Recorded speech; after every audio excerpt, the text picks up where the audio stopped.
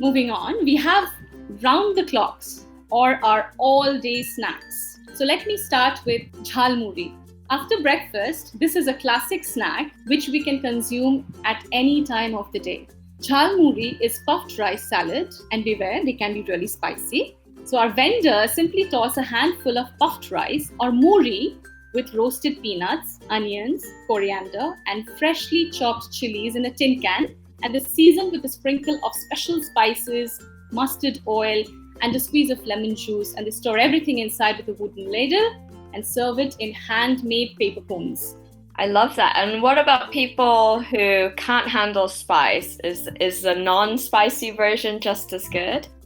Absolutely. Our vendors are totally open to customization. You can personalize your own paper cone Jhalmuri. Sounds delicious. Next comes Ghoti Garam.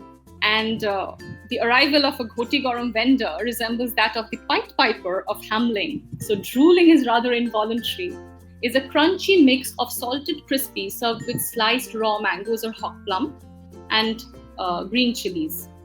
Although we find them mostly near the markets and corporate houses, they are also found near lovers' pubs. So why the Pied Piper of Hamelin?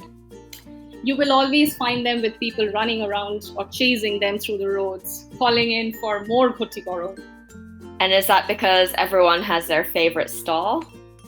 Well, Ghoti Garam walas actually walk all around the town. You will not find them at one place, but you can definitely hear the ringing of their bells. So, okay. Yeah. So that is how we get to know that one is nearby, and we rush with our cup of tea. It's dangerous. Absolutely, but it's delicious too. Yeah, I'm sure. Next is our good old Shingara, which is a classic savory snack with spicy filling. It is a combination of potato and cauliflower, or potato and mutton or chicken stuffed inside a conical pastry that spice up those otherwise mundane evenings. And Bengalis like to team it with a cup of tea. It is a very, very popular snack and is also available in both vegetarian and non-vegetarian versions. And you will always find huge queues at these popular Shingara haunts, and one of them is Maharani, that is very well known for plain Jane vegetarian Shingaras. Amazing. So do certain shops only do veggie ones, and do certain shops do only meat ones, or can you always find both types in any shop? Usually the vegetarian Shingaras are more popular in Kolkata, but there are certain shops which also sell the non-vegetarian version. Okay. Let's move on to the next one, which is called the Ghugni Chaat. It is also a popular snack that you will find lining the streets of Kolkata. It is basically a spicy chickpea gravy dish, and it is prepared on a large pan fenced with a colorful exhibit of bright red tomatoes and green chilies.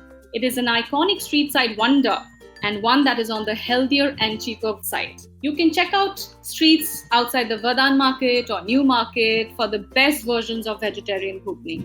And so this Ghugni Chaat, do you have it with something else, or do you have it just on its own? We just have it on its own, without any accompaniment, yes.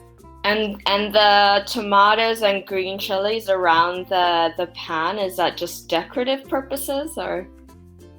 They definitely decorate the vendor's presentation, but they are also used to prepare, he keeps on preparing throughout the day, so he has it as a backup.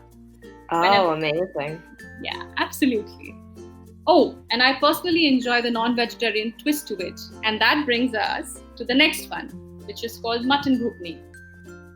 So, as I was talking about the non-vegetarian version of the chaat, Mutton Goudnis, it's a specialty, and there's a gentleman named Mr. Ashok Gayan who has a stall adjacent to the Gateway Hotel in Koshpa, who sells Mutton Ghugni specially. And he starts at 5 p.m. every day, offers a bowl of this delicious minced meat ghugni, and you will also find a very, very delectable mutton liver variation to it. And if you're lucky, and you're visiting Victoria Memorial, which is on another side of the town, you can catch hold of another popular vendor here. He's usually extremely busy, and runs out of stock soon. So good luck if you can manage to catch hold of his creations. So anyone visiting Kolkata should look out for long lines. Absolutely. To make sure they're able to get this. Absolutely. So next in line, we have our street side Hakka Chowmein, which was introduced by the Chinese population in Calcutta. So we can say that the modern Kolkata is nourished by its own variation of Chowmein, which we call the Calcutta Chowmein. Okay. It consists of scrambled eggs, fresh green chilies, chili garlic or hot garlic sauce, and a number of veggies like carrots, onions, cabbages, and we love them all. We love this whole mishmash. In the 1980s, Kolkata saw the rise of mobile food shops at almost every street corner. And the young people of Bengal initiated these counters by offering delicious Indo-Chinese chowmein, accompanied by an Indian, I would say more Bengali version of chili chicken. So this is one of our favorites, and you'll find it at almost all popular haunts across the city.